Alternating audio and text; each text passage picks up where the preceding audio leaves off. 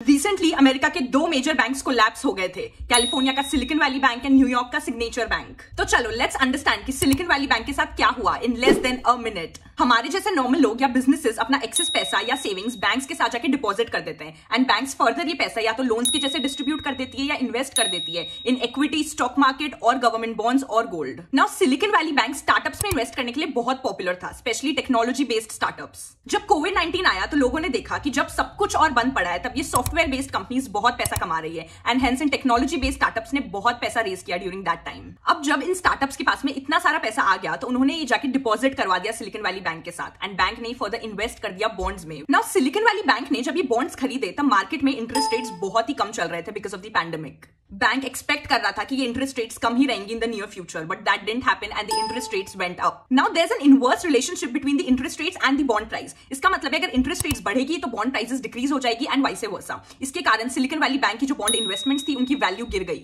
Now because interest rates बढ़ गई थी तो ये स्टार्टअप्स भी और पैसा बोरो नहीं करना चाहती थी इंक्रीज्ड इंटरेस्ट रेट्स पे एंड दैट्स व्हाई ये बैंक के पास आई अपना डिपॉजिटेड पैसा विड्रॉ करने के लिए, जिसके कारण बैंक को अपने बॉन्ड्स लॉस में ही सेल करने पड़े। रिसेंटली सिलिकॉन वैली बैंक ने $21 बिलियन की बॉन्ड सेल किए at a loss of $1.8 billion and जैसे ये न्यूज मार्केट में आई इस बैंक के शेयर्स गिर गए। 9 मार्च 2023 को इस बैंक के शेयर्स की वैल्यू 60% से गिर गई एंड मूडीज ने भी इस बैंक की रेटिंग को डाउनग्रेड कर दिया and which eventually led to the bank crash.